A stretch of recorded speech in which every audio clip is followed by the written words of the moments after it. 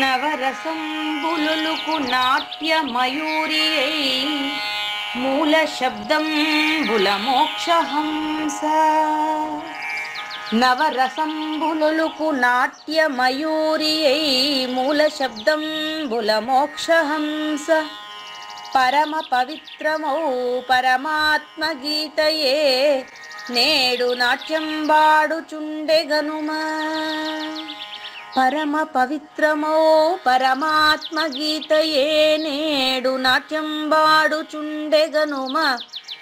మునిరతనార్యులు మోదిల్లు శిష్యుండు, మునిరతనార్యులు మోదిల్లు శిష్యుండు సహజాచలుని కంఠ శబ్దరీతి.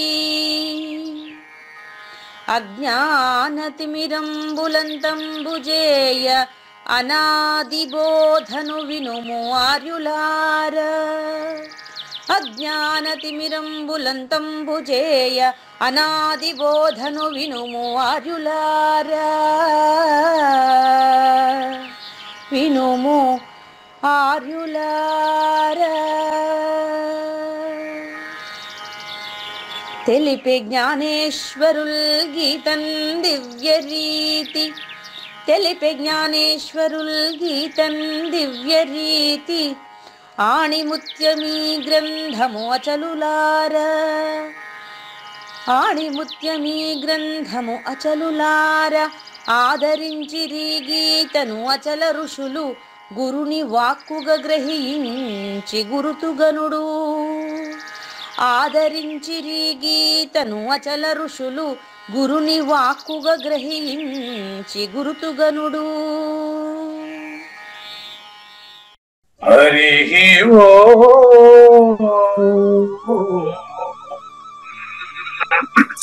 శ్రీ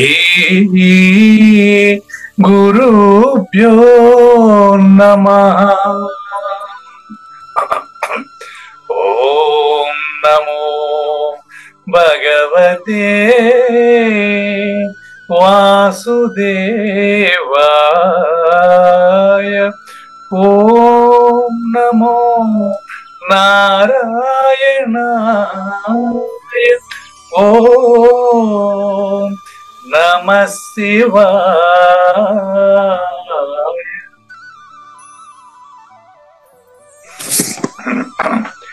ఈ గీతా జ్ఞానయజ్ఞ కార్యక్రమం మొదలై నిన్నటికి 1084 రోజులైందండి. ఈ రోజు 1085వ రోజు. ఈ గీతా జ్ఞానయజ్ఞ కార్యక్రమం సంకల్పించి నిర్వహిస్తున్న శ్రీ విద్యాసాగర్ గురువు గారికి, శ్రీ వెంకటేశ్వర గురువు గారికి శ్రోతలందరి తరపున ధన్యవాదాలు, వందనాలు.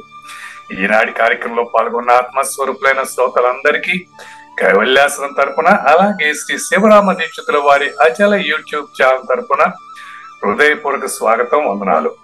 గురుదేవులు సహజాచల రాజయోగి శ్రీ పూజారి వెంకటేశ్వర గురువు గారిని కార్యక్రమం ఆరంభించమని కోరుతున్నానండి. సర్వము గురువుమయము, సర్వము గురువుమయము. భవరోగ వైద్యుడతడని తెలియుము, సకల విద్యల నిలయము. దక్షిణామూర్తి అతడని తెలియుము. మూగవాణి మాటను, ఈ మూగవాణి మాటను శ్రోతలు కోటలు దాటింతురు. గురు కృపా సిద్ధితోనే నేనెంత ఆనందముందినానో. నిజయోగి శ్రీకృష్ణుడు నిజ భక్తుడైనట్టి అర్జునుడు. వీరి సంవాదామృతం జనులార మన పాలిట అమృతం. వేదవ్యాసుడు దీనిని జనుల యద వికసించునట్లుగాను మహాభారతమందున వెలిగించే కోటి సూర్యుల వెలుగుతో. నిత్య సత్య శాశ్వతమైన పరిపూర్ణంలో లేఖనే జరుగుతున్నట్లుగా మనను భ్రాంతి కొలుపుతున్న పవిత్రమైన శ్రీమద్ భగవద్గీత జ్ఞానేశ్వరీయ జ్ఞానయజ్ఞంలో ఈరోజు 1080వ రోజు, అంటే కలియుగం ప్రథమ పాదం, క్రీస్తు శకం 2024 ఫిబ్రవరి 23వ తేదీన మనము గీతా సారాన్ని తెలుసుకోబోతున్న సమయంలో శిష్యుడే గురువుగా అపరోక్షం చెందినటువంటి శ్రీకృష్ణ దేశికేంద్రుల 216వ కందపద్యంతో శ్రోతలందరికీ సాదర స్వాగత సుమాంజలి. శ్రీ గురుభ్యో నమః. శ్రీమద్భాగవత కృష్ణదేశిక ప్రభులు రచించిన 292 కందార్థ దరువులు సంపూర్ణంగా జ్ఞానయజ్ఞంలో రోజుకొకటి చొప్పున వ్యాఖ్యానించబడిన విషయం శ్రోతలకు విదితమే. ఈ కందార్థ దరువులను రచించిన 19 సంవత్సరాల వరకు అవి ముద్రణకు నోచుకోలేదని, వాటిలోని నిగూఢ భావాలను మరింత స్పష్టం చేస్తూ రచయిత క్షరాక్షరోపాధి ద్వయదోషరహిత పరమతత్వ కందములు 261 రచించారని, తదుపరి సద్గురు శుభాశీస్సులతో ఈ రెండూ కలిపి ఒకే పుస్తకంగా ముద్రించారని పెద్దలు చెప్పగా విన్నాం. పుస్తకం ఇప్పుడు మన భక్తులతో చాలా మంది దగ్గర ఉంది. ఈ కందపద్యాలు భగవద్గీతకు ఉత్తర గీత వలె సద్గురు భక్తులకు కందార్థ దరువులలోని ఎన్నో సమస్యలకు సమాధానమై విలసిల్లుతోంది. ఎంతో ఉపయోగకరమైనటువంటి ఈ కందపద్యాలను రోజుకు ఒక్కొక్కటి చొప్పున వివరించాలని అడిగిన ప్రత్యక్ష శ్రోతల కోరిక మేరకు జ్ఞానయజ్ఞంలో శ్రీకృష్ణ పరమాత్మ సందేశానికి ముందే ప్రతిరోజు కృష్ణ ప్రభువుల దర్శనం మహద్భాగ్యంగా భావిస్తూ ముందుకు వెళదామా? మనము మన పెద్దలందరూ చనుదేరక మునుపు వారు చనినన్ గల ఈ ఘనమును గని మనమేగిన చనదు గదా మనను బోలి సార విచారా. టైటిల్ చూడండి. 209వ కందపద్యం నుండి శిష్యుడే గురువుగా. శిష్యుడే గురువుగా 209 నుంచి మనం చూస్తున్నామండి. శిష్యుడే గురువుగా అన్నప్పుడు మీరు గురువు నేను శిష్యుడు అంటామని అట్టు కాదండి. గురువు అని నాకంటే ఇంకొకటి వేరుగా ఉన్నారనుకున్నాం కదా. ఇప్పుడు శిష్యుడిలో ఉండేటువంటి గురువు శిష్యునికి వేరుగా ఉండే గురువు కాదు. శిష్యుడే గురువుగా, శిష్యునికి గురువు కాదు. శిష్యుడే గురువుగా అపరోక్షం చెందిన పరిస్థితిని మనకు కృష్ణ దేశికేంద్రులు తన 216వ కందపద్యంలో కొనసాగిస్తున్నారండి. ఈ గురు సాంప్రదాయకులకు, గురు సేవకులకు ఈ 1000 ఎపిసోడ్ల తర్వాత చెబుతున్నటువంటిది చాలా సులభంగాను తేటగాను ఉంటుందండి. కొత్తగా చేరిన వారికి కాస్త కన్ఫ్యూజన్ గా ఉంటుంది. వాళ్ళు మళ్ళీ పరిశీలిస్తే సరిపోతుంది, తర్వాత తెలుస్తుంది వాళ్ళకు కూడా. అది చాలా ముఖ్యం. మీరు మొదటి నుంచి ఉన్నారు కాబట్టి మీరు దానికి అనుకూలమైన ప్రశ్న వేయగలరు. ఇక్కడి నుంచి కొత్తగా వచ్చిన వాళ్ళకి మీరు వేసే ప్రశ్నలు ఎక్కడి నుంచి వేస్తున్నారో కూడా తెలియదు, మీతో సహా. ఇప్పుడు మీరేం ప్రశ్న అయిపోతున్నారు తర్వాత మీకు ఎట్లా తెలుస్తుంది చెప్పండి చూద్దాం.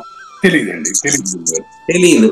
నేను ఇప్పుడు విచారణ మొదలు పెడితే మీరు నాలోకి వస్తారు, నేను మీలో ఉంటాను. దాన్ని మీరు అపరోక్షించింది దాంట్లో నుంచి ప్రశ్నిస్తారు. మీ ప్రశ్న లేనిదే నా సమాధానం లేనిదే. అవును. అది తెలిసింది లేని వాడికి తెలిసింది అంటే వాడు అశరీరుడే. విచారణలు ఎప్పుడు గురువు తీరుతాడు. విచారణలు ఎప్పుడు గురువు ఉండి తీరాల్సిందే. అది శిష్యుడికి మాత్రమే. చూడండి, విచారణలో గురువు ఉండి తీరాల్సిందే అనేది శిష్యుడికి అండి. మరి దేని ఆధారంగా నువ్వు విచారణ చేయాలి? మరి శిష్యుడి ఆధారంగానే. Very good. శిష్యుడి ఆధారంగా విచారణ, గ్రంథం ఆధారంగానా? ఇప్పుడు నా నాలెడ్జ్ నేను ఉపయోగించుకుంటే నాకు ఉపయోగం ఉంటుంది గురువు గారు. నీలో మాట్లాడేవాడు నీ నాలుకే. నీ నాలుక వేరు, నువ్వు వేరు అనుకుంటు. ఇప్పుడు నా నాలుక అన్నారండి, బాగుంది. ఇప్పుడు దాని నుంచే ఇప్పుడు విచారణ. నా నాలుక అన్నప్పుడు నాలో మొదటి అక్షరం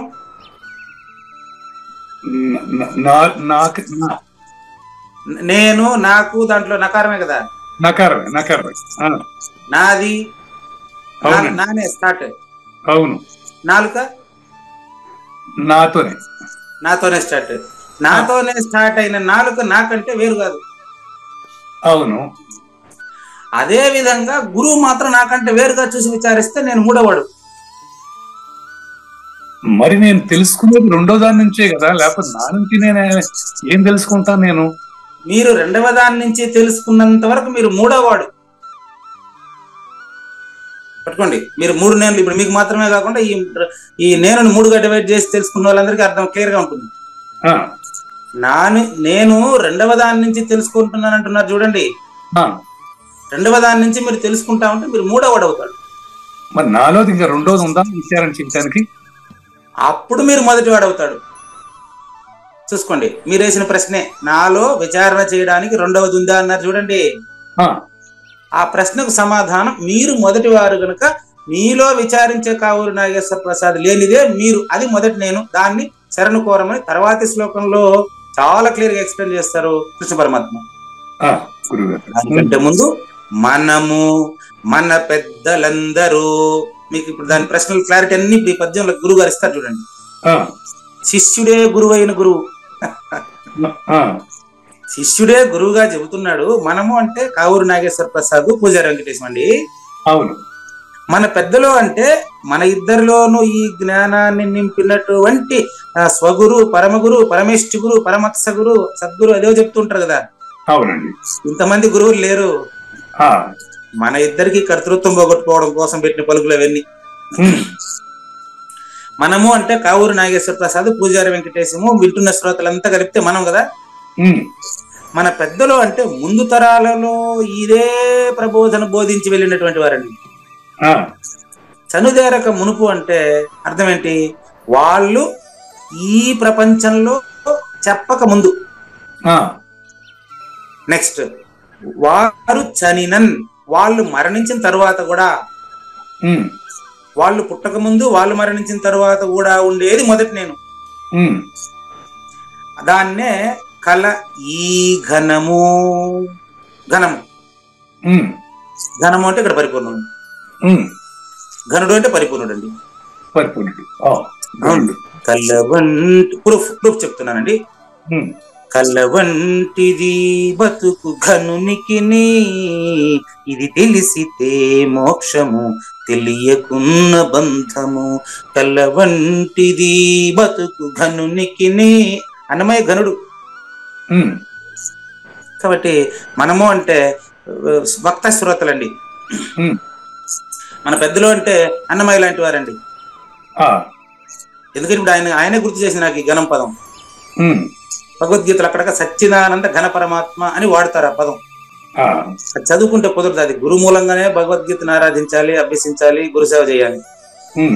అది 67వ శ్లోకంలో చెప్తారు, గురుసేవ చేస్తేనే ఇది అర్థమైతే, లేకపోతే కాదని. అంటే 18వ అధ్యాయం 66కి వెళ్తాం మనం ఈరోజు. 67లో చెప్తారు. ఇప్పుడు అవసరం లేదు, రాసి గుర్తుపెట్టుకొని మళ్ళీ అప్పుడు చెప్తాను. ఘనమును కనినా పరిపూర్ణాన్ని చూస్తే, పరిపూర్ణాన్ని చూడడం అంటే చెప్పేదా నేను? ఇంతకుముందు మీరు రెండవ దాని నుంచి తెలుసుకుంటాను అన్నారు. ఎస్, నేను నీకంటే రెండవ వాడుగా కనిపిస్తున్నటువంటి సమిష్టికర్త నీలో నుంచే మాట్లాడుతున్నానండి. అది రెండో నేనండి. రెండో నేనుకు వేరుగా ఉందా అని క్వశ్చన్ చేశారు చూడండి. అదే ఘనం, అదే నువ్వు. అప్పుడు నీ నిజరూపం అచలం. నీలో రెండవది లేదంటే నువ్వు మొదటివాడు తప్ప. రెండో దాని నుంచి నేర్చుకునేటువంటి మూడోవాడు అయినాడండి. మరి ఇక్కడ విచారణ జరిగే ప్రక్రియ ఏమంటారు? అది ఏ రకంగా జరుగుతున్నది? ద్వయం. ద్వయమే. ద్వయం. విత్తనంలో చెట్టుగా మారే ప్రక్రియ ఏంటి? ఏకము ద్వయం అవుతుంది, ద్వయం ఏకం అవుతుంది, అంతే. ప్రక్రియ ఏముంది? ఇంకా సమాధానం రాగానే అది ఏకమైపోద్ది. అంతకు ముందు కూడా అది ఏకమే. అదే చెప్పేది నిన్న. మంచి ప్రశ్న ఇది, ఇంకా మంచి ప్రశ్న. నీళ్లు సముద్రం ఇప్పుడు అవలే, సముద్రంలో పోయినాక తెలుసుకున్న నీళ్లు సముద్రం అని చెప్పదు. అట్లా నిద్రలో జరిగే ప్రక్రియ ఏంటో ఒకసారి వివరించండి చూద్దాం. నిద్రలో ప్రక్రియ ఏదంటూ ఏముండదు, అది నిద్రపోవటమే అంతే. ఇది కూడా అట్లాంటిదే. అదే మిమ్మల్ని చెప్పమన్నాం అనుకో, ఇప్పుడు కరెక్ట్ గా చెప్పారు మీరు ఆన్సర్. మీరు ఇంతకుముందు ఏం చెప్పేవారు తెలుసా? మీరే ఘనుడు అనడానికి ప్రూఫ్ ఏం తెలుసా? నిద్రలో ఎందుకు జరగదు గురువు గారు? శ్వాసక్రియ జరుగుతుంది, గుండె కొట్టుకుంటా ఉందని చెప్పేవాళ్ళు మీరు అప్పుడు. ఏది చెప్పిన సమాధానం ఇది? అంటే నిద్రలో నాకు శ్వాస జరుగుతుంది, గుండె కొట్టుకుంటా ఉంది అనేది మెలకువలో చెప్పే మాట. అవును. మీరు పరిపూర్ణుడుగా చెప్పే మాట ఏం మాట తెలుసా? మీరు చెప్పిందేనండి నాకు ప్రూఫ్. మీరు పరిపూర్ణుడుగా మీరు చెప్పే మాట ఏం తెలుసా? గురువు గారు నిద్రలో ప్రక్రియ ఏందండి, నిద్రపోయిన తర్వాత ఎవడు ఉన్నాడండి ఆడ ప్రక్రియ అని చెప్పేవాడు. అదే నీ నిజరూపవాచనం. అదే ఘనమును కని అందులో మనమంతా ఉండవా? అది ఊహ అనేది కూడా నువ్వు ప్రేక్షకులకి, శ్రోతలకి, ప్రత్యక్ష శ్రోతల అవగాహన కొరకే. ఊహ అనేది కూడా అట్లేదు. అదేనండి. అదే నువ్వు, అక్కడ రెండోది లేదు. అవును. అది తెలిసి గన మన మేగిన శిష్యుడే గురువుగా, అది గుర్తుపెట్టుకోవాలి. అప్పుడప్పుడు చెప్తా ఉండేది కృష్ణప్రభు కల్పించిన శిష్యుడు. మన మేగిన గురువు గారు నువ్వు నేను అనేది గన పోతే, ద్వయం పోతే ఆ ఉండేది ఉండలా ఘనము చనదు గదా మనను గోలి లేదని తెలుసుకోవాల్సింది మన ఇద్దరే. అది తెలుసుకోవాలనా? కానీ సద్గురు సుబ్రహ్మణ్యం గారు ఆ మాట వాడుతూ ఉంటారు.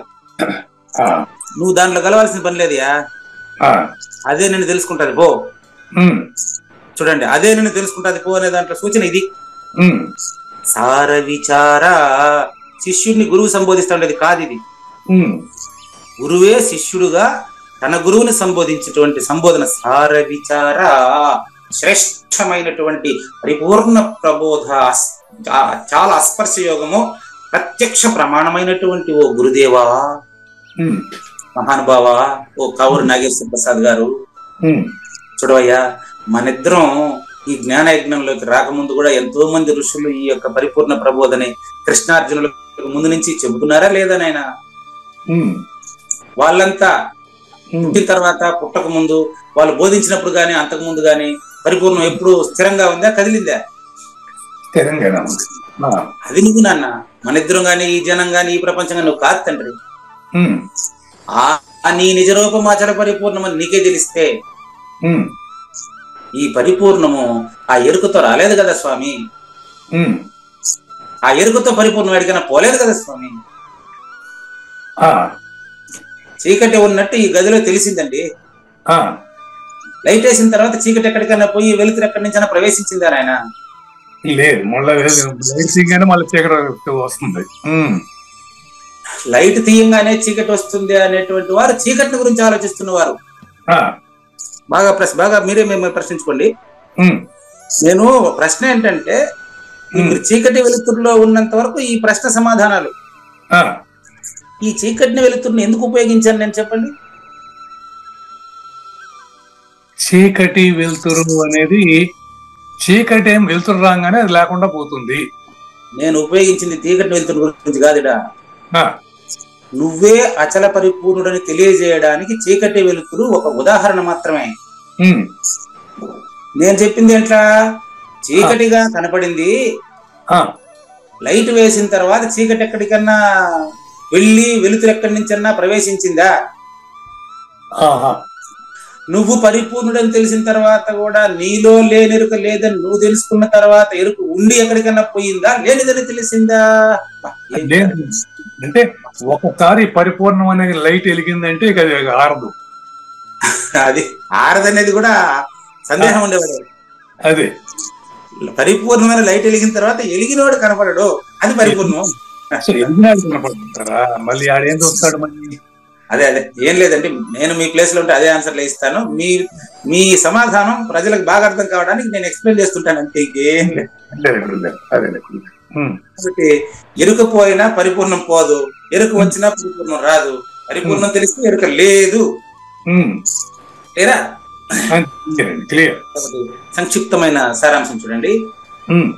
శ్రేష్టమైనటువంటి విచారణ చేయిస్తున్నటువంటి ఓ సద్గురు శ్రీ కౌరు నాగేశ్వర ప్రసాద్ గారు అని అర్థం. సార విచార అనే పదానికి అది అర్థం. మీరు ఈ పూజారి వెంకటేశం వీళ్ళిద్దరు గాని, వీళ్ళిద్దరికి ముందు మనకు బోధించినటువంటి గురువులు గాని, వాళ్ళందరూ గాని, వాళ్ళకు సంబంధించిన సృష్టి గాని, అది కలిగినట్లు తెలిసినప్పుడు గాని, అది శాశ్వతంగా పోయినప్పుడు గాని, ఉన్న శాశ్వతమైనటువంటి అచల పరిపూర్ణ పరబ్రహ్మ ఎక్కడికి పోలేదు, రాలేదు కదా. అదే పరిపూర్ణము, అదే నువ్వు. ఈ ద్వయము నువ్వు కాదు, ద్వయరహితము. రెండో నేను మూడో నేనుల గురించి చెప్పడం నువ్వు లేదని చెప్పేదానికి, నేను లేదని చెప్పేదానికి రెండో నేను మూడో నేనులు కానీ మొదటి నేను గురించి చెప్పేదానికి చెప్పేటోడు ఉండడు. అదేనండి. కృష్ణార్జునుల పేరుతో సాక్షాత్తు జ్ఞానేశ్వరి ఎలా తెలియజేశారో మనకు 18వ అధ్యాయం శ్లోకం నెంబర్ 65లో ఇప్పుడు ఇద్దరిని చూస్తున్నాం. ఈ శ్లోకం మనకు అర్థం కాదేమోనని గురువు గారు మన జ్ఞానేశ్వరియే శ్రీకృష్ణ పరమాత్ముడే శ్రీ జ్ఞానేశ్వరి అయి, శ్రీకృష్ణ పరమాత్ముడే జ్ఞానేశ్వరిగా మళ్ళీ ఈ యొక్క 1865 శ్లోకానికి గురు శిష్య సంవాదాన్ని కల్పించారు. అందులో భాగంగా మనం నిన్న తెలుసుకుంటున్నామండి. చూడండి, మన్మనాభవ మద్భక్తో మద్యాజీ మాం నమస్కురు మామే వైష్యసి సత్యం తే ప్రతిజానే ప్రియోసి మే. దీనికి ఏకభక్తి అనన్య భక్తి అనే శీర్షికలతో ముందుకు వస్తున్నాం. ఈరోజు ఇది కంప్లీట్ అవుతుంది, పూర్తి అవుతుందండి. ఇంకా మనకు 40 నిమిషాలు ఉంది. ఆ 40 నిమిషాల్లో ఇది గురు శిష్య సంవాదం జరుగుతుంది. మీకు ఎక్కడ ఇప్పుడు అడిగినట్లుగానే మీరు ఎక్కడెక్కడ మీకు చిన్న చిన్న సందేహాలు వెంటనే మీరు సహకరిస్తూ వస్తే ఇది చాలా తేటగా ప్రపంచానికి వివరించబడుతుందండి.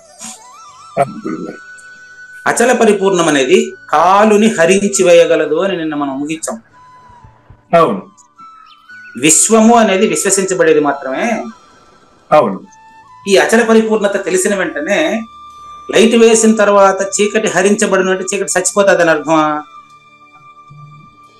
అది దానంతట అది పోతుంది, చచ్చిపోతుంది అనేది కాదు. అదే విధంగా అచల పరిపూర్ణత తెలిసిన వెంటనే ఎరిగిన ఎరుక దానంతట అదే లేనిదగును. ఇక్కడ ఉన్నామన్న మనం. మరి అట్టి దేవుడనగు నేను, మొదటి నేను సత్య, ఇది గురువాక్యం అండి ఇవన్నీ. అవునండి. సత్య సంకల్పుడనయ్యుండి అంటే సత్యములోనే సంకల్పం. నేనే అచల పరిపూర్ణుడు, నేనే పూజారి వెంకటేశంగా మీకు తెలుస్తున్నా. అలా తెలిసినప్పుడు మీరు కూడా అదే అవుతారు. మరి నేను ఎందుకు మాట్లాడుతున్నాను నీకు తెలుసా? జగత్ కళ్యాణమునకై నేను ఎప్పుడూ ప్రయత్నం చేస్తున్నట్టు నీకు కనిపించినప్పటికీ, నిన్నంతా ఒట్టేసి చెప్పుతున్నా, నీ మీద ఒట్టేసినా నా మీద ఒట్టేసినా అని చెప్పినప్పటికీ, నాయన ఇక నేను శబదాలు చేయడం, ప్రతిజ్ఞలు చేయడం ఇవంతా నిరర్ధకమగు ప్రయత్నమే తండ్రి. ఎందుకంటే ఈ ప్రయత్నాలన్నీ పరిపూర్ణంగా ఉన్నాయా? కానీ ఓ కావూరి నాగేశ్వర ప్రసాద్ గారు, నీ ప్రేమ వలన, నీ ప్రశ్నల లోతు వలన నేనెంత ఎర్రోడినైనా అని చెప్పు. మాటి మాటికి నేను పూజారి వెంకటేశ్వర అని నీ కోసం చెబుతున్నాను తప్ప నేను మొదటి నేను కదయ్యా. నా దేవత్వం అనేటువంటి భూషణాన్ని కూడా తీసేసి నేను అచల పరిపూర్ణుడు అనే విషయాన్ని కూడా మర్చిపోయి నువ్వు అడిగిన ప్రశ్నలకల్లా వాటి వెనకాల వచ్చి మళ్ళీ నేను ఎత్తుకొచ్చి గట్టించుకుంటాను కదయ్యా.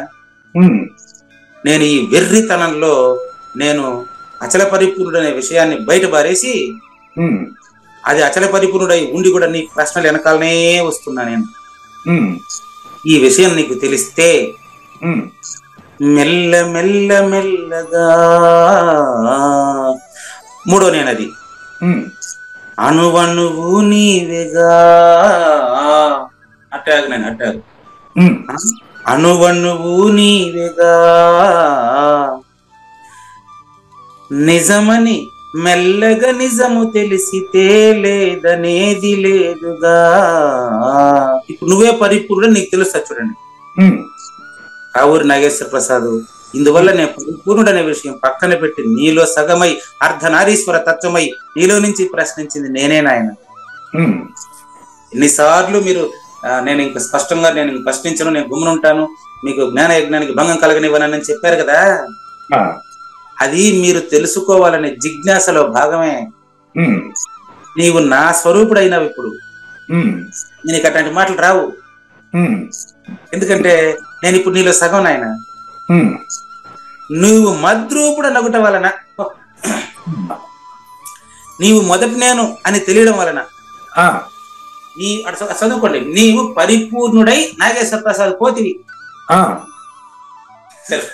అది చూసుకోండి మీరు, నేను చదువు. నీవు ఘనుడు, నీవు అన్నమయ్యగా అపరోక్షం చెందావు. చూడు, ఏమని అన్నమయ్య చెప్పిన పలుకు కాబట్టి ఆయన ఉపయోగిస్తున్నానంత. అన్నమయ్య లేదు, నువ్వు లేదు, నేను లేదు, ఉండేది ఎప్పుడు ఉంది అది నువ్వు. కళ్ళ వంటిది బతుకు ఘనునికి, అది అన్నమయ్య రాసిన పాట. నువ్వు నేను అంటే ఇప్పుడు 4-5 మంది అవుతారు. ఇది అన్నమయ్య లేదు, నువ్వు లేదు, నువ్వే నా రూపుడు అంటే మద్రూపుడు అంటే మొదటి నేను. దాన్నే శరణ కోరమని తర్వాత సపరేట్ శ్లోకం కూడా ఉంది. ఉమ్, మరి ఇప్పుడు నువ్వు పరిపూర్ణుడవై కావూరి నాగేశ్వర ప్రసాద్గా పోతివి. ఉమ్, కావూరి నాగేశ్వర వెనకాల నువ్వు పోయినావా? లేదు. కావూరి నాగేశ్వర ప్రసాద్ నీ వెనకాల వచ్చి ఆ, నువ్వు తనకంటే వేరుగా ఉన్నావు అనుకుని ఉమ్, మేకా నిర్భయానందం చూసి ఉమ్, నాకు మంత్రం ఇవ్వండి, నేను పరిపూర్ణుడు కావాలా, విద్యాసాగర్ గారికి ఇచ్చినారు నాకు కూడా ఇవ్వండి అని అడిగితివి. ఉమ్, ఇప్పుడు చూస్తే ఉమ్, నువ్వు వేరు, నిర్భయానంద వేరు, కావూరి నాగేశ్వర ప్రసాద్ వేరుగా, పూజారి వెంకటేశం వేరుగా, విద్యాసాగర్ వేరుగా లేరు. ఉమ్, నువ్వు నేనే తండ్రి. ఆ, ఓ కావూరి నాగేశ్వర ప్రసాద్ ఉమ్, ఇప్పుడు నువ్వు పోయి అడిగింది ఎట్లా తెలుసా గురువు గారిని మంత్రమా? తన కార్యసిద్ధికి రాజుగా స్వయంగా తనకు తానే ఒట్టు పెంచుకోవాల్సి వస్తది. ఆ, ఒక్కొక్కసారి డ్రైవర్ లేకపోతే నేనే డ్రైవింగ్ చేయాల్సి వస్తది. అవును. అట్లా నీకు నేను గురువుగా కనపడింది. ఉమ్, తన కార్యసిద్ధిపై రాజు స్వయంగా తన తానుపై ఒట్టు పెట్టుకో. అట్లా నేను పెట్టింది ఒట్టు, నీ మీద ఒట్టు, నా మీద ఒట్టు అనేది అంతమంది లేరు.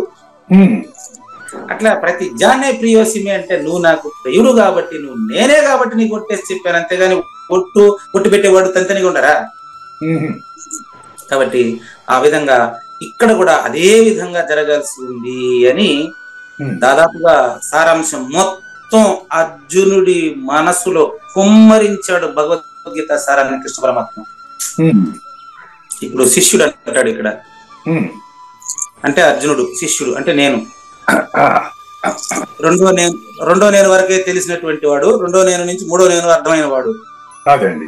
ఉమ్, ఈ రెండు ద్వయం నుంచి ఎరుక రహితమై మొదటి నేను అపరోక్షం చెందినటువంటి ఈ శిష్యుడే గురువుగా మాట్లాడుతున్నాడు. ఇక్కడ కూడా చూడండి, కృష్ణ ప్రభువులు కల్పించిందే, జ్ఞానేశ్వరు కల్పించింది ఒక్కటే.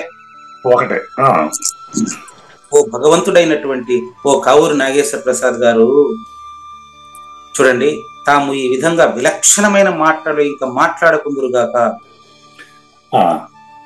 విలక్షణమైన మాటలు అంటే అచల పరిపూర్ణానికంటే ఇతరమైనటువంటి మాటలని మీరు ఇంకా మాట్లాడకుందురుగాక. ఎందుకు నేను డిస్టర్బ్ చేయను అంటే, అప్పుడు డిస్టర్బ్ చేయను అంటే మీరు డిస్టర్బెన్స్ వేరుగా, మీరు వేరుగా, మనుషులు వేరుగా చూసినట్టు, అది రాదు మీకు. ఎందుకంటే నా కార్యములన్నీ కేవలం నీ నామస్మరణ వల్లనే జరుగుతున్నది తండ్రి. కావూరి నాగేశ్వర ప్రసాద్ లో ఉండేవాడు వేరుగా, పూజారి వెంకటేశ్వర వేరుగా గురువు ఉంటే ఆయన ఏం గురువు? అందరిలో ఒకటిగా ఉండే ఆయనే జగద్గురు టైటిల్. ఆ జగద్గురు మన ఇద్దరికి సమానమే. మరి మనము పోయిన వెనుక ముందు మనము మన పెద్దలు అని చెప్పి మాట్లాడే వాళ్ళం. కానీ ఆ పద్యంలో ఏం చెప్పారంటే, మనము మన పెద్దలు చనదేరక ముందు వారు చనియన్ కల ఈ ఘనము కని మనమేగిన చనదు కదా మనను బోలి సార విచార. మనం జ్ఞానయజ్ఞంలోకి వచ్చినట్టు పోయినట్టు అది కూడా పరిపూర్ణం వస్తుంది పోతుందే. కాబట్టి నువ్వు కేవలము నా నామస్మరణ, మొదటి నేను యొక్క నామస్మరణ, అందుకే పరిపూర్ణ అచల ధ్యానం చేయండి, పరిపూర్ణ అచల ధ్యానం చేయండి అని చెప్తూ ఉంటాను నేను. పూర్వమేవ నిరాలంభం ఆగ్నేయ నిర్గుణం తదా అని అంత ధ్యానం చేసిన తర్వాత ధ్యానం చేసినప్పుడు కనపడకూడదు అక్కడ, అది ధ్యానం. అప్పటి నుంచి ధ్యానం జరుగును, చేసే పని లేదు. ఫోన్ చేసి చాలా చెప్తుంటారు, మీరు ఎన్ని గంటలకు లేస్తారు, ఎప్పటి నుంచి ఎప్పటి వరకు ధ్యానం చేస్తారని అడుగుతూ ఉంటారు. అంటే ధ్యానం నాకంటే వేరుగా ఉందని అది భావం అట్టు కాదు. అది పరిపూర్ణ అచల ధ్యానం మొదలు పెడితే అదే అవగాహన అయిన తర్వాత అచల ధ్యానం చేసేవాడు ఉండడు, ధ్యానం మాత్రమే ఉంటుంది, అది సహజమైపోతుంది. దానిపైన చూసుకోండి అయ్యా. చూడండి అర్జునుడు మాట అండి, ఇక్కడ జ్ఞానేశ్వరి కల్పించినటువంటి అర్జునుడు మాట అండి. తాము ఈ సమయంలో నాకు ఆ ఏకమైనటువంటి అచల పరిపూర్ణ ధ్యానాన్ని ఉపదేశింపబూనారా. ఇంకా తామే ప్రతిజ్ఞాపూర్వకంగా సద్గురువే ఒట్టేసిన తర్వాత, ఒట్టు అంటే అర్థం చెప్పండి ఇప్పుడు నాకు. ఇంతకి ఒట్టు ఎందుకు వేస్తారు మామూలుగా? నిర్ణయం. అవును, ప్రతిజ్ఞ చేయడం వేరు, ఒట్టేయడం వేరు. ఒట్టు అంటే ఇక నిర్ణయాత్మకంగా చెప్పడం. అదే ఈ కల్పిస్తూ ఒట్టు ఎందుకంటే దానిపైన ఒట్టే అంటూ ఉంటారు. ఒట్టు అంటే అర్థం ఏంటంటే ఒట్టు పెట్టినోడు సచ్చినట్టు. అమ్మ మీద ఒట్టు, నాయన మీద ఒట్టు అంటే భయపడి నిజం చెప్పేస్తూ ఉంటారు ఆడ. అంటే అమ్మ మీద ఒట్టేసి నిజం చెప్తామంటే అర్థం ఏంటంటే అబద్ధం చెప్తే ఆమె సరిపోతుంది అనేటువంటి భావన కదా అక్కడ. అవును, ఆ విధంగా ఒట్టేసినోడు ఇప్పుడు లేడు ఇంకా. అది అర్థమైంది కూడా. అంతే అంతే అంతేనండి. అక్కడ 2-3 అర్థాలు ఉన్నాయి ఒట్టికి శబదము. అవును. అయితే అక్కడ ప్రతిజ్ఞ చేసేటప్పుడు ఏమనుకుంటాం మనం, నేను నా దేశాన్ని ప్రేమిస్తున్నాను అని అక్కడ చెయ్యి ముందుకు పెట్టి ప్రతిజ్ఞ చేశాం. కానీ ఇక్కడ దాని అర్థం ఏంటంటే ఒట్టేస్తే ఒట్టేసిన వాడు సావాలి వెంటనే. ఒట్టేసిన వాడు సావడం అంటే ఏంటి, జనన మరణాలకు పనికి రాకుండా పోవాలి అప్పటికప్పుడు ఆ క్షణంలోనే వాడు. అందుకని ఇది ఒట్టేయడం వల్ల ఏమైందంటే, ఇప్పుడు రాత్రి మా తమ్ముడు ఫోన్ చేశాడు, అన్నయ్య అనవసరంగా నేను మీ పైన కంప్లైంట్ పోవడం, మిమ్మల్ని అట్లా తోలనాడడం నాది చాలా పొరపాటు, మరి దీనికి నిష్కృతి ఏది, దీనికి మీరు మన్నించాలంటే నేను ఏం చేయాలంటాడు.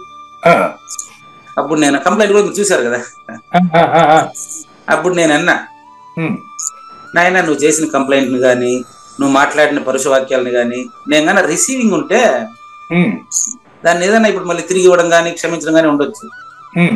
అసలు నువ్వు మాట్లాడిన మాటలు, నువ్వు చేసిన కంప్లైంట్ ని ఖాతరు చేయలేదు కదా, కాబట్టి ఇప్పుడు నువ్వు క్షమాపణ చెప్పాల్సిన అవసరం ఏముంది చెప్పు. తర్వాత నేను సాయంత్రం తమ్ముడి మీద తనిగా అన్న మీద తనిగా అన్నదమ్ములు కొట్టాడు, ఇంకా ఊర్లో ఎగబడతాను. 2 కంప్లైంట్లు ఫైల్ చేసేదానికి ట్రై చేశాను. కంప్లైంట్ ఇచ్చేదానికి ముందుగా ఒక కొంత జనమంతా వచ్చారు నా దగ్గరికి. ఇప్పుడు మా తమ్ముడు నా మీద కంప్లైంట్ చేసాడని మిమ్మల్ని అంతా నేను సపోర్ట్ చేస్తున్నా. ఈ ఊరంతా ఇదేంటంటే వీళ్ళ అన్నదమ్ముల మధ్యలో ఏదో గొడవ దీన్ని క్యాష్ చేసుకుందామని మిగతా వాళ్ళు బయలుదేరుతారు. గుర్తు పెట్టుకోండి, గురు శిష్యులు అంటే ఏకం. ఈ గురువుల శిష్యుల మధ్య గొడవలు పెట్టి ఇది పెద్ద వ్యాపారంగా చేస్తున్నారు సమాజంలో, గుర్తుపెట్టుకోండి. నేనే సబ్జెక్ట్ పక్కన తప్పడం లేదు, చూసుకోండి. ఇంపార్టెంట్ అనుభవ జ్ఞానం. మా తమ్ముడు నా మీద కంప్లైంట్ చేశాడు, మా తమ్ముడి మీద నేను కంప్లైంట్ చేసుకుంటాను. మిమ్మల్ని ఎవరు పిలిచారు ఇక్కడ? ఫోన్ చేసి మా తమ్ముడితో మాట్లాడుకోండి, మా తమ్ముడికి ఫోన్ చేసి చెప్పురా వెళ్తా అని చెప్పిన. వాడే మాట్లాడాడు వాళ్ళతో. ఈ విషయాలంతా నేనే పరిష్కరించుకుంటాను, పోలీస్ స్టేషన్ కానీ మా ఆయనకు కానీ ఎలాంటి సంబంధం లేదు, మీరు ఎవరు మా ఆయన దగ్గరికి పోవాల్సిన అవసరం లేదని వాడే చెప్పాడు వాళ్ళందరూ. వాడు ఎవరెవరినైతే ఇక్కడికి పంపించినాడో, ఎవరెవరు ఏ ప్రభావం, అన్నదమ్ముల మధ్య గొడవ ఉందని తెలిస్తే దీన్ని క్యాష్ చేసుకునే దానికి ఊరంతా వచ్చేస్తారు. కాబట్టి వాడికి ఫోన్ ఇస్తే వెంటనే ఏంది మీరు అన్నదమ్ములు ఏంది, నిన్నంతా మా ఆయన దగ్గర పోయి తీసుకో, మా ఆయన నాకు సంబంధం లేదు, మా ఆయన దగ్గరికి పోయి అందరూ పోయి వసూలు చేయడం కాబట్టి ఈరోజు మళ్ళీ నేను చూస్తానంటే నువ్వు ఇస్తావో లేదా చెప్పండి. మా తమ్ముడిని అంటే ఇష్యూ ఇప్పుడు మీకు అవసరం లేదనుకోండి, మనకి ఇక్కడ అవసరం లేదు, ఎక్కడ పోగొట్టుకున్నాం అక్కడే రాబట్టుకోవాలి. ఇప్పుడు అదే పోలీస్ స్టేషన్ లో మా తమ్ముడు నా మీద కంప్లైంట్ చేసినాడని వాడి మీద నేను చేయాల్సిన కంప్లైంట్ పెడితే ఇది ఏమైతుంది, ప్రేమను ద్వేషంతో జయించేది అవుతుంది. మా తమ్ముడి పైన నాకు ఉండేది ప్రేమ, వాడికి నా మీద ఉండేది కూడా ప్రేమే. ఇంపార్టెంట్ నోట్ చేసుకోండి. మా తమ్ముడికి నా మీద ఉండేది ప్రేమ, మా తమ్ముడి పైన నాకుండేది ప్రేమ. కానీ ఇద్దరికి ప్రేమే ఉంది, మధ్యలో ద్వేషం అనేది దాని ఏమంటాం మాన్యత. నా మీద ద్వేషం అనేది మీకు లేదు, మీ మీద నాకు కానీ నా మీద మీకు కానీ ఉండేది ప్రేమ. అది నిజానికి ప్రేమ. స్నేహం చేయకుండా ప్రేమ విలువ తెలియదు. మీరు నాతో జ్ఞానయజ్ఞం ప్రారంభంలో స్నేహం చేశారు. ఆవూరి నాగేశ్వర ప్రసాద్ గారు పూజారి వెంకటేశ్వరతో చేసింది స్నేహం. 18 అధ్యాయాల సారాంశంలో ఇది ప్రేమగా మారింది. దీన్ని విశ్వ మానవ ప్రేమ అంటారు. ఇప్పుడు మీరు ప్రపంచంలో తల్లి విడిచినటువంటి బిడ్డలందరికీ మీరే తల్లి, తండ్రి లేని పిల్లలందరికీ మీరే తండ్రి, ప్రపంచంలో ఏ ప్రశ్నకైనా మీరే సమాధానం. అట్లా మీరు తయారైనారు ఇప్పుడు. లేకపోతే గాఢ నిద్రలో ఏముంటుందంటే ఏముండదు అన్నారు. ఈ రోజు ఇదే ప్రశ్న ఎన్నోసార్లు వేసాను, ఇదే జ్ఞానయజ్ఞం. గాఢ నిద్రలో ఎందుకు ఉండదు గురువు గారు? శ్వాసక్రియ ఆడుతుంది, మరి పేగులు పనిచేస్తూ ఉంటది, ఆహారం జీర్ణమైతా ఉంటుంది కదా అని చెప్పి. కానీ మీరు పరిపూర్ణుడని మీకు తెలిసిన వెంటనే, మీకు తెలిసిన నాగేశ్వర ప్రసాద్ అనుకుంటాడు ఇంకా. ఇక్కడ మీరు చెప్పింది ఓ రకంగా పరిపూర్ణుడు ప్రేమతో జయిస్తాడు, ద్వేషంతో జయించడు. ప్రేమతోనే. వాడి ప్రేమ పుట్టాలి కదా, వాడికి ప్రేమ అవగాహన కావాలి కదా, స్నేహం కావాలి ముందుగా. అవును. ఇక్కడ చెప్తాను ఆ విషయాలు 2 మీకు భగవద్గీతలో చూపిస్తాను. మీకే ఎందుకు చెప్తున్నా తెలుసా ఇంత విషయం?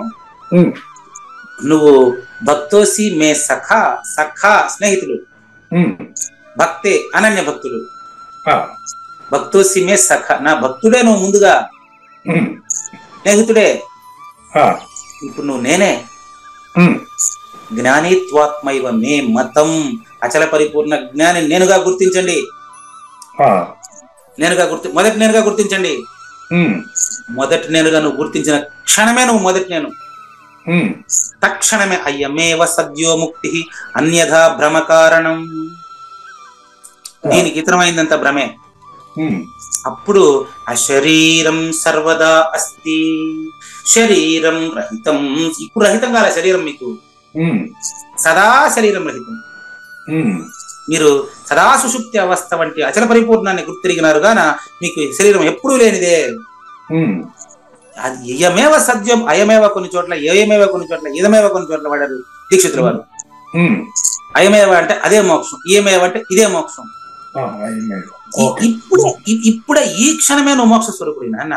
ఆ, కాబట్టి గుర్తుపెట్టుకోండి, దాన్ని ఒట్టేసి చెప్పడం అంటే అదే అర్థం. అక్కడి నుంచి దూరం ప్రయాణం చేసాం మనం. అది అవును. నెక్స్ట్ కొనసాగిస్తాను, జ్ఞానేశ్వరి యజ్ఞాన్ని కొనసాగిస్తాను. ఉమ్, చూడండి, మీ వినోదంతో కూడి ఉన్న ఈ లీలకు శిష్యుడే గురువై మాట్లాడుతున్నాడు కదా అర్జునుడు. ఉమ్, ఉమ్, మీ వినోదంతో నిండి ఉన్నటువంటి ఈ భగవద్గీతామృతాన్ని పంచడం అనేటువంటి లీలకు ఏదైనా మర్యాద ఉండునేమో తెలుసుకొన కోరుతున్నాను. ఆ, అవును కదా, మీకు కర్త కర్మక్రియ లేదు, మీరు కార్యకారణ అతీతులు కదా. ఆ, మీరు నాకు భగవద్గీత బోధించడం వల్ల ఉపయోగం ఏమి అని మీరు అడిగారు కదా. ఉమ్, ఎందుకు అచల పరిపూర్ణుడు బోధించాలి అని అడుగుతున్నారు కదా, చాలాసార్లు అడిగారు. ఇప్పుడు అడగరు అనుకోండి. ఉమ్, సూర్యప్రకాశమునందల ఒకే అల్పాంశం ఎందుకు అనే దానికి ప్రశ్న కూడా ఆన్సర్ ఆయన ఇచ్చేస్తున్నట్టు. ఉమ్, ఆన్సర్ ఇస్తాను ఇప్పుడు. ఉమ్, పరిపూర్ణ బోధ మీరు నాకు ఎందుకు చేస్తున్నారు తెలుసా? ఉమ్, అదేంటండి, మీరు నాకెందుకు నేను మీకు చేస్తున్నాను, మీరు నాకు చేస్తున్నారు, మీరే గురువు నేనే శిష్యుడు అని చెప్పి ఇంతకుముందు అనేవాళ్ళు, మీరు ఆపి ఉమ్, ఇప్పుడు అనడం లేదు. ఉమ్, కారణం ఏంటి తెలుసా? ఉమ్, తర్వాత వచ్చేటటువంటి మకరంద బిందు బృందాన్ని ఆస్వాదించాలనుకుంటున్నారు మీరు. ఉమ్, ఇంకా ప్రబోధలో లీనమవుతున్నారు. ఆ, యథామృతంలో తడిసి ముద్దై ఇంకా వచ్చేటువంటి బిందువుని నేను తీసుకోవాలని గాని ఇక్కడ నేను డిస్టర్బ్ చేయకూడదని మీరు అనుకుంటున్నారు.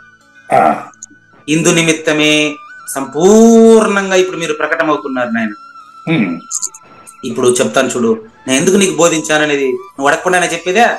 ఉమ్, ఆన్సర్ చెప్తాను, కరెక్ట్ గా పట్టుకుంటావా? ఉమ్, చూడయ్యా, ఒక కమలాన్ని సూర్యుడు ఎందుకు వికసింపజేస్తున్నాడంటే ఏం సమాధానం చెప్తాడు సూర్యుడు? చెప్పు. అది క్లియర్. ఉమ్, ఉమ్, ఆన్సర్ వచ్చేసినా? అవునండి. ఉమ్, ఒక కమలాన్ని ఎందుకు వికసింపజేస్తున్నాడు సూర్యుడు అంటే సమాధానం ఉందే నా దగ్గర? లేదు. మరి మీ పైన కంప్లైంట్ చేసినటువంటి మిమ్మల్ని తోలనాడుతున్నటువంటి రాజారావుని మీరు ఎందుకు ప్రేమిస్తున్నారని ఇలా నిరంజన అడిగితే ఏం సమాధానం ఉంది నా దగ్గర? ఉమ్, ఉమ్, ఉమ్, ఆయనే వాడికి ఒకసారి కాలు మొక్కు పాద నమస్కారం చేస్తూ దాని తన సేవను ప్రకటిస్తూ గ్రూప్ లో ప్రకటిస్తూ ఉంటాడు.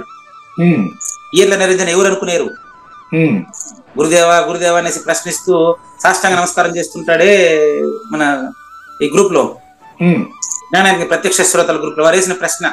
ఆ, మీరు గాని కుడుపూడి నాగేశ్వరరావు గాని ఈ రాజారావుని పట్టుకొని ఎందుకు మీరు సద్గురుని ప్రబోధిస్తే నాకు అర్థమే కాలేదంటాడు. ఉమ్, ఉమ్. ఇప్పుడు అర్థమైన వాడు ఆడ ఉండడు. ఇంకా ఇప్పుడు సూర్యుడు కమలాన్ని వికసించగా చేయగలడు గాని రెండో దాన్ని వికసింప చేయలేడు. అదే కలుపు పూర్వ వికసింప చేయలేడు. బా, ఏం క్లారిటీ అండి మీ దగ్గర. అదే మరి సూర్యుడు ఇప్పుడు నాకు మీరు శ్రీకృష్ణ పరమాత్మ సమాధానం చెప్పి లేదు గురుగారు, మీరు చెప్పిందే. లేదండి, సూర్యుడు కమలాన్ని వికసింపజేయగలడు కానీ పక్కనే ఉండే కలువని వికసింపజేయలేడు. సాధ్యం కాదు. ఆ విధంగా మనం పోయేసి రాజారావుని వికసింపజేయాల్సిన అవసరం లేదు. చంద్రుడు వస్తే ఆడి వికసింపట్లేదు చెప్పు, అది చెప్పు.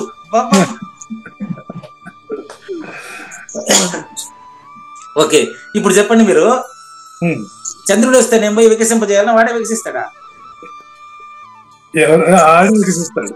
అది వికసించకపోతే వాడికి నష్టం. చూసారా, ఇంత గొప్ప ప్రబోధ. ఇప్పుడు మీలో గురువు లేరా? చూసుకోండి. గురువు లేదు, శిష్యుడు ఉన్నాడు. గురువు గారు మీ వల్ల వచ్చింది కదా, నాకే వచ్చింది కదా. ఇందులో గురువు లేకపోతే శిష్యుడు ఎట్టుంటాడు చెప్ప? మీలో ఉండే గురువు శిష్యుడు ఇద్దరు లేరు, మీరున్నారు. అదే గురువు. అది ఎట్లా ప్రూఫ్ అంటే, ఇప్పుడు నేను ప్రూఫ్ చేస్తున్నాను కదా. ప్రూఫ్ ఏంటంటే ఇక్కడ ఉదాహరణ మాత్రం నేను చెప్పా, శిష్యుడి వైపు నుంచి ఉదాహరణ కూడా మీరు చెప్పేశారు. గురువు వైపు నుంచి ఉదాహరణ శిష్యుడో గురువైన నేను చెప్తే, సూర్యుడు కమలాన్ని వికసింపజేస్తాడు, ఎందుకు వికసింపజేస్తాడు అంటే ఏం చెప్పలేము అని పరిపూర్ణ ప్రబోధ నేను చెప్పాను మీకు. మీరేం చేశారు, పక్కనే ఉండే కలువ ముడుచుకుంటా అది వికసించదు. మరి రాజారావు అట్టంటే వాడు కదా, వాడిని ఎవరు వికసింపజేసేది మీరు అడిగిరి. మళ్ళీ పరిపూర్ణ బోధ వచ్చింది అక్కడ కూడా. మరి చంద్రుడు వస్తే వాడిని ఇంకొకరు వికసింపజేయాలనా? ఎందుకులో ఉన్నప్పుడు పరిపూర్ణం ఏం చేయలేదు, అంత ఏం చేయదు. కానీ వాడు పరిపూర్ణ తెలిసిన తర్వాత వాడు ఏం చేయాల్సిన అవసరమే ఉంది. మీ ప్రశ్నకు మీ సమాధానం అది ఇది అంతేనండి. ఎరుకు వాడికి పరిపూర్ణ ఎఫెక్ట్ ఏం పడదు. కనుక ఇందు నిమిత్తమే అతడు సంపూర్ణంగా కావూరి నాగేశ్వర ప్రసాద్ గురువుగాను, పూజారి వెంకటేశ్వర కూడా గురువుగాను ప్రకటమగుతున్నాడు. వీళ్ళ నిరంజన గారు అడిగిన ప్రశ్న కూడా సమాధానం లోకేష్ గాని, తర్వాత ఎవరు మన పాపం రాజారావు గారు గాని, వీళ్ళందరిలో గురువుని చూసిన వాడికి వారిపైన ద్వేషం ఉందా చెప్పండి. ఎట్లా చూడమంటారా? ఎలా చెడుని చెడుగా చూడాలి, మంచిని మంచిగానే చూడాలి. తప్పదది, తప్పదనేది కావూరి నాగేశ్వర ప్రసాద్, మీరు కాదు. అంతే. ఇప్పుడు మీరు మంచి విషయం చెప్తున్నారు, దాన్ని ఆస్వాదిస్తున్నా కదా గురువు గారు. మీరు చెప్పేది మంచి విషయాలే, ఆస్వాదిస్తున్నాను. అవునండి, ఆస్వాదిస్తే మీరు మంచివారు, ఆస్వాదించకనే ఆస్వాదిస్తే మీరు పరిపూర్ణులు. అక్కడ రెండోది ఉండదు. ఇక ఇప్పుడు అతను చెప్పింది కూడా నేను ఆస్వాదిస్తూ మొదలెడితే నేను పిచ్చాడి కింద అవుతాను. అది సూచన. ఇప్పుడు మీరు చెప్పింది సూచన. భూమి యొక్క తాపము చల్లారుటే కాకుండా ఇప్పుడు కావూరి నాగేశ్వర ప్రసాద్ అనేటువంటి ఎరుక రహితమే కాకుండా మీరే పరిపూర్ణులు అనే విషయం కూడా ఎట్టా ప్రకటమవుతుంది అనేది నీకు ఉదాహరణ చెప్తున్నాడు గణేశ్వరి.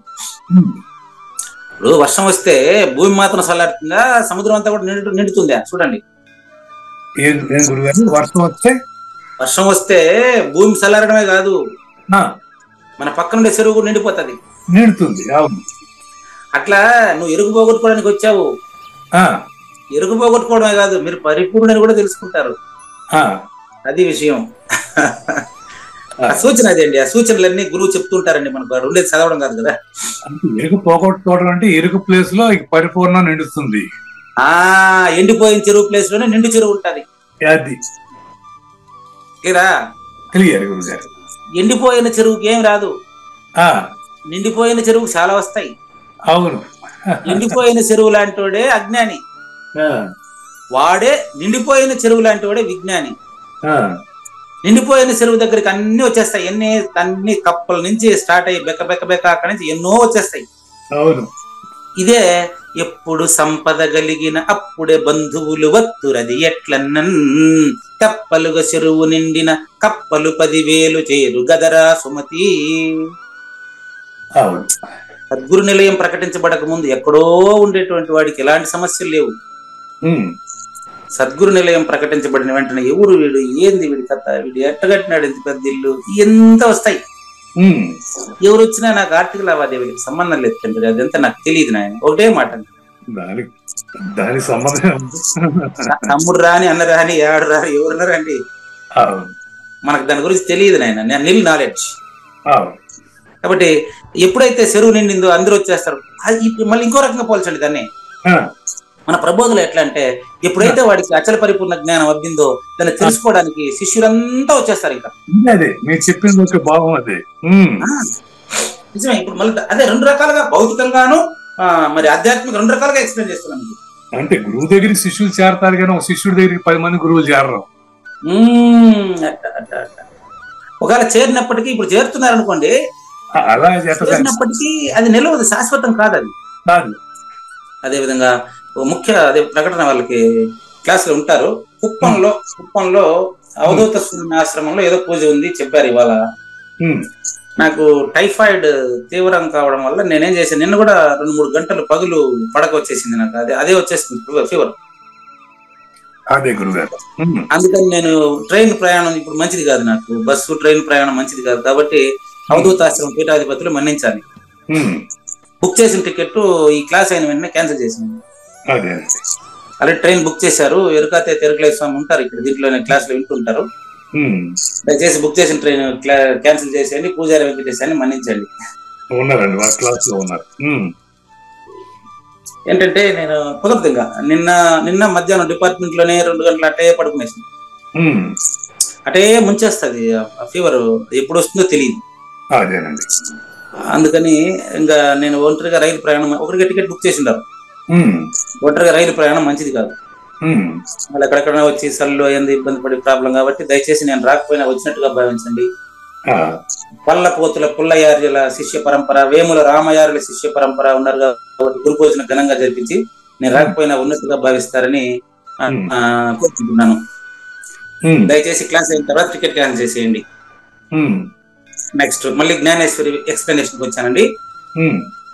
చూడండి, ఎప్పుడైతే వర్షం వచ్చిందో ఆ వర్షము చెరువు నిండడమే కాకుండా అది భూమిని తడపడమే కాకుండా చెరువు అంతా కూడా నిండిపోతుంది.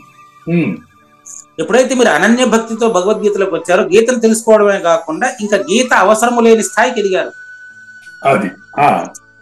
ఇట్టి స్థితిలో కొన్ని కవి సమయం, ఇట్టి స్థితిలో చాతకము యొక్క తృష్ణను శాంతపరచుట అనేది ఆ చాతకము దానికి కేవలము నిమిత్త మాత్రమగుట కాదా? ఏం క్లారిటీ అండి. జాతక పక్షి అంటే వర్షం వస్తేనే నీళ్ళు తాగుతుందంట, అది వర్షం వస్తే మిగతాప్పుడు గుమ్మన ఉంటుందంట. అట్లాంటి పక్షి లేదండి. అచల పరిపూర్ణ ప్రబోధంతో మాత్రమే మీరు తృప్తి పొందేవారు అని కవి సమయం అండి. ఏం తెలిస్తే దీని కవి సమయాలు చెప్తాను చూడండి. ఏమి తెలిస్తే ఇంకేమీ తెలియాల్సిన అవసరం లేదో దాన్ని తెలుసుకోవడానికి మాత్రమే మీరు వచ్చారు. కానీ అది తెలిసిన తర్వాత అది మీరేనని కూడా తెలిసిపోయింది. ఇది దాని అర్థం అండి. నీ నిజ రూపం అచలము కావున ఓ కరుణానిధి, దాతలలో శ్రేష్ఠుడైనటువంటి ఓ శ్రీకృష్ణ పరమాత్మ తాము ఇప్పుడు చూపే ఔదార్యానికి నేను కూడా కేవలం నిమిత్త మాత్రం కదా. చూడండి, నేను కూడా నిమిత్త మాత్రుడు కానా అంటే అర్జునుడు కూడా నిమిత్త మాత్రమే భగవద్గీతకు అని జ్ఞానేశ్వరి అయి పలుకుతున్నాడు కృష్ణ పరమాత్మ. పూజారి వెంకటేశం కూడా జ్ఞానేశ్వరికి నిమిత్త మాత్రుడే కదండి. మరి కావూరు నాగేశ్వర ప్రసాద్ కూడా నిమిత్త మాత్రమే కదండి. సద్గురువు నుంచి ఏది అందాలను అది ఎవరికి అందాలను అందేస్తుంటుంది. నిమిత్త మాత్రులే కానీ ఈ యాక్టివిటీ జరిగేది మరి జరగాల్సిన వార్తను జరుగుతుంది. జరిగేది ఏం లేదు. తేనె పట్టు అనేది దాన్ని పిసుకుతారు, పిండుతారు, తేనె జూరుకుంటారు కదా. అది దాన్ని బాగా పట్టి పిసికేది ఆ తేనె రేడ పైన ప్రేమ చేతన. తేనె రేడను పట్టి పిండితేనే తేనె కారుతుంది కదా. అవును, దాన్ని పిండేది ఎందుకో, దానికి నొప్పి కలిగించేదానికే. దానిపైన కసియా ప్రేమ ఎందుకు పిండుతారు దాన్ని చెప్పండి. నన్ను ప్రశ్నించేది కూడా మీరు అందుకే కదండి. నన్ను ప్రశ్నించేది కూడా మీరు గురుదేవుల సారాంశాన్ని నా నుంచి జుర్రుకోవడానికే.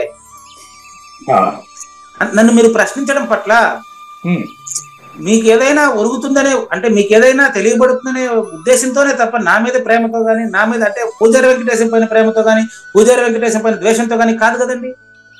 కాదు.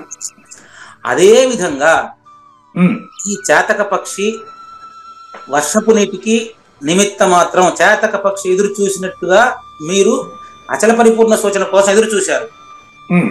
ఇప్పుడు అది మీరే నేను తెలిసిపోయింది కాబట్టి నేను మీకు నిమిత్త మాత్రుడిని, పూజారి వెంకటేష్ నిమిత్త మాత్రుడు అని అర్థం. వెంటనే గురువు గారు ప్రారంభించేశారండి. ఇక్కడి నుంచి గురువు అండి. వివేకానంద స్వామి రామకృష్ణ వారికి శిష్యుడు. మరి ఆయన వలన అది ప్రచారం అయిందంటే నిమిత్త మాత్రుడే కావచ్చు, కానీ మళ్ళీ ఆయనలో ఏదో ఒక రకమైనటువంటి కారణభూతమైనటువంటి శక్తి లేదంటారా? శక్తి క్షేత్రం ఒకటేనండి. అదే అంటున్నప్పుడు నిమిత్త మాత్రం మీరు చెప్తా, రాసుకోండి. శక్తి, శక్తుడు రెండిట్లో మొదటి అక్షరం ఒకటే. అవును. పార్వతి పరమేశ్వరుడు మొదటి అక్షరం పానే. శక్తి శక్తుడు ఒకటేనండి. మీరు అడిగిన ప్రశ్న వివేకానంద నరేంద్రనాథుడుగా వచ్చి రామకృష్ణ పరమహంస గదాధర చటోపాధ్యాయుని అడిగారండి. ఆయన అడిగినప్పుడు ఆయన నేను ఎక్కడనో దేవుడిని చూపిస్తానని చెప్పినాడా, నీవే దేవుడు అన్నాడా? నిన్ను చూసినంత క్లియర్ గా నేను దేవుణ్ణి చూపిస్తాను అన్నాడు.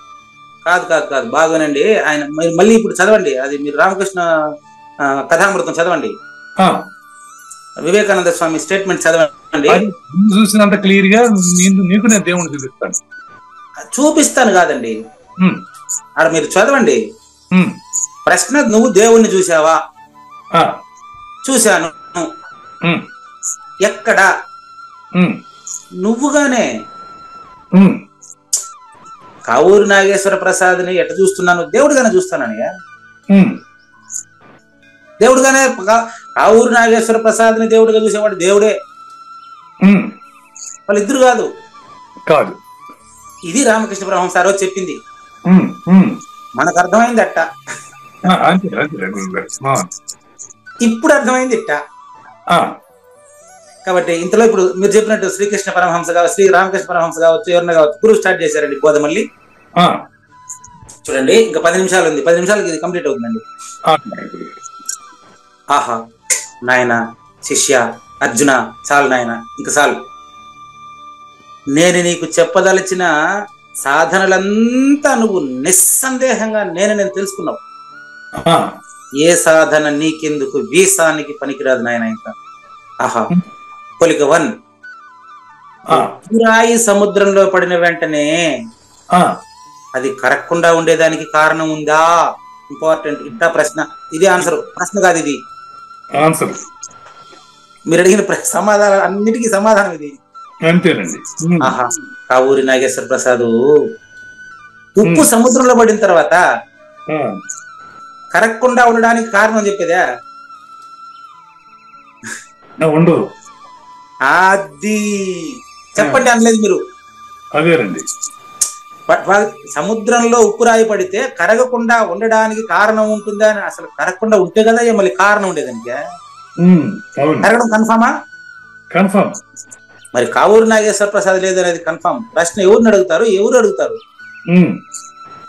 ఏం క్లారిటీ అండి, మంచి ఉదాహరణ. ఇదే విధంగా అది గురువు మనలోకి వచ్చి చెప్తేనే సూచనలు, చదువుకుంటే రాదు. గురోర్ముఖేన జ్ఞాతవ్యం నాణ్యదా గ్రంథ కోటిభిః. నిన్న పరిపూర్ణ దర్శనంలో చదివా. అంటే విచారణలో గురువుని తీరాలి దీన్ని బట్టి. పక్కా అది. నిన్న పరిపూర్ణ దర్శనని మళ్ళీ రివిజన్ చేసి ప్రతిరోజు ఒక పేజీ పెడుతున్నట్టున్నారు అమ్మగారు. అందులో చదివా నిన్న, అది పెద్ద హెడ్డింగ్ తో ఉండే. లక్ష్మణ ప్రభు, కొమర లక్ష్మణ ప్రభు రాసి పెట్టారు. గురోర్ముఖేన జ్ఞాతవ్యం నాణ్యదా గ్రంథ కోటిభిః అన్నట్టుగా గురు ప్రాధాన్యాన్ని ఈ పరిపూర్ణ దర్శని చెప్పినంతగా ఇంతవరకు ఏ గ్రంథంలోనూ చెప్పలేదు అని చెప్పి రాశాడు ఆయన. అవునండి, గురు ప్రాధాన్యం ఎప్పుడూ ఉంది. అదే ఆ ప్రాధాన్యత పరిపూర్ణ దర్శనంలో వివరించబడింది. ఆయన చెప్పడం ఇదే ఈ మాట. వివరించబడి. కాబట్టి వస్తుకోటి ఎందుండేటువంటి నా స్వరూప భక్తి జనిస్తే, నువ్వు నీలో గురువు నువ్వు చూస్తే ఇంక మళ్ళీ శిష్యుడి గురువే. అన్ని విషయాలందు నీ మనసులో పరిపూర్ణ బుద్ధి జనిస్తుంది. అస్పర్శ యోగమే జరుగుతుంది. అస్పర్శ యోగం అంటే దాన్ని చేయట అనరు. నీ దేహాభిమానం పూర్తిగా నాశనం అవుతుంది. కాదు, దేహి దేహాభిమానం రెండు ద్వయం బోయ.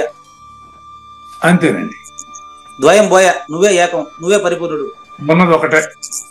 అదే నేను మొదటి నేను అవుతున్నావు. నువ్వు అవుతున్నావా? నువ్వే అయ్యేది పోయేది లేదు. నేను ఈ విధంగా నేను నీకు కర్మ ద్వారా తిన్నగా కర్మయోగం అని మొదలుపెట్టి 2 అధ్యాయాల భగవద్గీత పూర్తి చేశా. 2 అధ్యాయాలు పూర్తి చేసిన భగవద్గీతను చిన్నగా కర్మయోగం అని, జ్ఞాన యోగం అని, కర్మ సన్యాస యోగం అని, ఆత్మ సంయమ యోగం అని, జ్ఞాన విజ్ఞాన యోగం అని, విశ్వరూప దర్శన యోగం అని, భక్తి యోగం అని, క్షేత్రజ్ఞ విభాగ యోగం అని చెప్పుకుంటా వచ్చి సాధన అనే అంతస్తు పైన నా ప్రాప్తి వరకు చెప్పేశారు. ఇప్పుడు నీకు నేను ప్రాప్తించాను కాబట్టి నువ్వు లేవాడా? మొదటి నేను ప్రాప్తించిన తర్వాత రెండో నువ్వు లేవు. ఓ కావూరు నాగేశ్వర ప్రసాద్, ఈ నిరంతరం ముందుకు సాగుతుండేటువంటి నడక యొక్క క్రమం ఎట్టిదంటే గురు పరంపర. ఈ క్రమంగా సాగుతుండేటువంటి నడక యొక్క క్రమం ఎట్టిదంటే కర్మలన్నీ నాకు అర్పిస్తే మొదటి నేనుకు. ఇది తర్వాత 66వ శ్లోకానికి దాన్ని ముగింపు శ్లోకం అంటారండి, సారాంశ శ్లోకం అంటారండి, ఫలిత శ్లోకం అంటారండి. 18వ అధ్యాయం 66వ శ్లోకానికి ఇప్పుడు పునాది వేస్తున్నాడండి. దాని కనెక్షన్ ఇది. నా భావనల చిత్తము శాంతము మరియు ప్రసన్నం అయిపోతుంది మీకు. నా భావన, మొదటి నేను భావన వలన. అందుకే 3 నెలలుగా భగవద్గీతలో ఎక్స్ప్లెయిన్ చేసుకుంటూ వచ్చింది దానికి. మొదటి నేను భావన కలిగిందనుకో ద్వయ భావన చిన్నగా సన్నగిల్లుతుంది. అవును, జ్ఞానం వస్తే అజ్ఞానం ఉండదు. చిన్న ఉదాహరణ చెప్తాను. ఒక గాజు గ్లాస్ పెట్టండి, గాజు గ్లాసు, అందులో కొవ్వొత్తి వెలిగించండి. పొట్టిగా గ్లాస్ హైట్ కంటే పొత్తిగా ఉండే కొవ్వొత్తి వెలిగించండి. దానిపైన ఒక పుస్తకం పెట్టండి. పుస్తకం తీసేయండి, బాగా వెలుగుతుంది. ఆ పుస్తకం పెట్టేయండి. అంటే ఈ పని అంతా చీకట్లో చేయండి. చీకట్లో మీరు ఒక గాజు గ్లాస్ పెట్టి అందులో కొవ్వొత్తి పెట్టి గాజు గ్లాస్ కి సగం హైట్ ఉండే కొవ్వొత్తి వెలిగించండి. అందులో ఒక వెలిగించిన తర్వాత దానిపైన ఒక బుక్ పెట్టండి. ఇప్పుడంతా వెలుతురుంది కదా, ఏళ్ళ పుస్తకం మోయండి. వెలుతురుండేటప్పుడు మీకు కొవ్వొత్తి కనిపిస్తుంది, గ్లాస్ కనిపిస్తుంది, నీ పుస్తకం కనిపిస్తుంది, నువ్వు కనిపిస్తావు, అన్ని కనిపిస్తా ఉంటాయి. ఇప్పుడు మీరు పుస్తకం దానిపైన మోయండి. దీపాన్ని ఆర్పాల్సిన అవసరం లేదు. గాజు గ్లాసులో ఉన్నటువంటి ఆక్సిజన్ మండేంత వరకు సహకరించినంత వరకు మండుతుంది. మళ్ళీ తర్వాత ఆరిపోతుంది, ఎన్నగా దీపం మారిపోతుంది కదా. ఇప్పుడు వెలుతురు కనపడదు కాదు, వెలిగిన దీపం కూడా కనపడదు. అవునా? అవును, వెలిగిన దీపం కూడా కనపడదు, కొవ్వొత్తి కనపడదు, గ్లాస్ కనపడదు, ఏమి కనపడదు. ముందు నువ్వు కనపడవు. నిన్ను చూడు చూద్దాం, కనిపిస్తావేమో, కనపడదు. అగ్నిలో ఏది కనపడదు. కానీ నువ్వు ఉండవలేదా? అవును, నువ్వు ఉండవలేదంటే ఉండండి, మళ్ళీ కొవ్వొత్తి వెలిగిస్తానంటావా? అయ్యో నేను ఉన్నాను, నేనే కదా మాట్లాడేది. అదే పరిపూర్ణత. అంటే ఉదాహరణ అండి ఇది. అవునవును, అజ్ఞానంలో మనం ఏది కనపడదు. అజ్ఞానం ఏది కనపడదు. కానీ ఇప్పుడు నేను అజ్ఞానం ఏది కనపడలేదు ముందు. ఇప్పుడు నువ్వు జ్ఞాని అయిన తర్వాత, జ్ఞానాతీతుడు అయిన తర్వాత నువ్వు ఉన్నానని చెప్పేదానికి నీకు జ్ఞానం కొత్త కావాలన్నా నేనే అని చెప్తావు లేదా? అంతే అంతే అంతే. అదే నాయన, మీరు దాన్ని అన్వయం చేసుకుంటే సరిపోతుంది. అంతే. కాబట్టి చూసుకోండి, ఈ జ్ఞానం ఏదైతే ఉందో దీన్ని మనిషి నా స్వరూపంతో కలిసి ఏకరూపుడు కావడం అంటారు. దీన్ని ఏకరూపుడు కావడం. ఓకే. ఏకాత్మ పంచకం అని రాస్తాడు, బంగారం ఆభరణం అన్నట్టుగా మన రమణ మహర్షి. అవునండి, 5 శ్లోకాలు 8 శ్లోకాలు ఉంటాయి మొత్తం మీద. 5 శ్లోకాలు. ఏకాత్మ పంచకం అంటే 5 శ్లోకాలు అర్థం. ఏకాత్మ పంచకం. అందులోనే ఇదంతా ఉందండి. గీత సారాంశం అంతా రమణ మహర్షి ఏకాత్మ పంచకంలో ఉంటుంది, ఉపదేశ సారంలో ఉంటుంది, అన్నమయ్య ఒకే కీర్తనలో ఉంటుందండి. కాబట్టి మరి అప్పుడు నాతో కలిసి నువ్వు ఏకరూపుడు కావడం అంటే నేనే నువ్వు అని తెలియడం అని అర్థం అండి. కాబట్టి కావు నాగేశ్వర ప్రసాద్ గారు ఆ స్థితిలో సాధ్యము సాధన సాధించిన వాడు ఏం ఉండదు ఇక్కడ. కాబట్టి నువ్వు కర్మలన్నింటినీ నిరంతరం నాకు అర్పిస్తూ ఉండు, నాకు అర్పించు, మొత్తం నాకు అర్పిస్తూ ఉండు. అప్పుడే నీకు నా ప్రసన్నత నీకు ప్రాప్తించేది. నా ప్రసన్నత నీకు ప్రాప్తించాలంటే ఎక్కడి నుంచో తీర్థయాత్రల ద్వారా దాని ద్వారా పొందేది కాదు. నీ ప్రవర్తనలో నన్ను పెట్టుకోవయ్యా. మొదటి నేను ప్రకారం ప్రవర్తించవయ్యా. ఈ ప్రసన్నత నీకు మరి ఈ ప్రసన్నత సామర్థ్యం, ఈ ప్రసన్నతే సద్గురు. ప్రసన్న కథా కలితార్థయుక్తి నన్నయ కవిత గుణాల్లో మొదటిది. ఈ ప్రసన్నత వల్ల నీకు బంధాలని నాశనం అయిపోతాయి. నేను ఒక్క మారు నీపై ముగ్ధుడైనాను, ఈ యొక్క భగవద్గీత అనేటువంటి యథామృత వర్షం కురిపించాను. ఇక నువ్వు ఎన్నటికీ నీకు జనన మరణాలు లేవు. దీన్ని పొందడం వల్ల ఇంకేమీ పొందాల్సిన అవసరం లేదు. అది నువ్వు ఇప్పుడు పొందావు. దాని ద్రాష్టాంతాలే ఈ గీత. ఈ గీతను నీకు అనేక రకాలుగా బోధించాను. ధర్మ భ్రాంతి పూర్తిగా నశింపజేశాను. ఇంకా ధర్మానికి అతీతమైన సూచన రేపు ఎపిసోడ్ లో చేస్తాను. లేనిది లేదు లేదు, ఉన్నది లేకపోవుట లేదయ్యా, ఈ గొప్ప మర్మమంతా నీ వలన తేటగా తెలిసెనయ్యా. నాయందు మనసు నిలుపు, మొదటి నా భక్తి పరుడవై సేవించుము, నాకు ప్రణమిల్లవయ్యా, ఆ ఊరి నన్ను పొందుట నిజమయ్యా, అత్యంత ప్రియుడవయ్యా, ఆ ఊరి ఒట్టేసి చెప్పుతున్నా, శ్రీకృష్ణుని పలుకును సూటిగా తలతల మునిరత్నమే శ్రీమించిన భావమై సద్గురువు చెప్పకనే చెప్పెను గదా. సద్గురు మంగళం అమ్మ కానండి. జయ మంగళం నిత్య శుభమంగళం జయతు జయ మంగళం మహోత్సవ మంగళం. జయ మంగళం నిత్య శుభమంగళం జయతు జయ మంగళం మహోత్సవ మంగళం. శ్రీమించున చలంబు సూచించినటువంటి దక్షిణామూర్తికి దండమిడుతూ, శ్రీమించున చలంబు సూచించినటువంటి దక్షిణామూర్తికి దండమిడుతూ, శ్రీ మహావిష్ణువు సూర్య భగవానుడు యాజ్ఞవల్కి జనక రాజ ఋషికి. జయ మంగళం నిత్య శుభమంగళం జయతు జయ మంగళం మహోత్సవ మంగళం. అయం వ్యర్థ బాహ్య కోపిన భవతి అనే సుఖయోగి సాంది పరుసుల వరుస. అయం వ్యర్థ బాహ్య కోపిన భవతి అనే సుఖయోగి సాంది పరుసుల వరుస. దీనినే శ్రీకృష్ణ పరమాత్మ వద్దనే ఎరిగరిగిన ఉద్ధవార్జునులకు.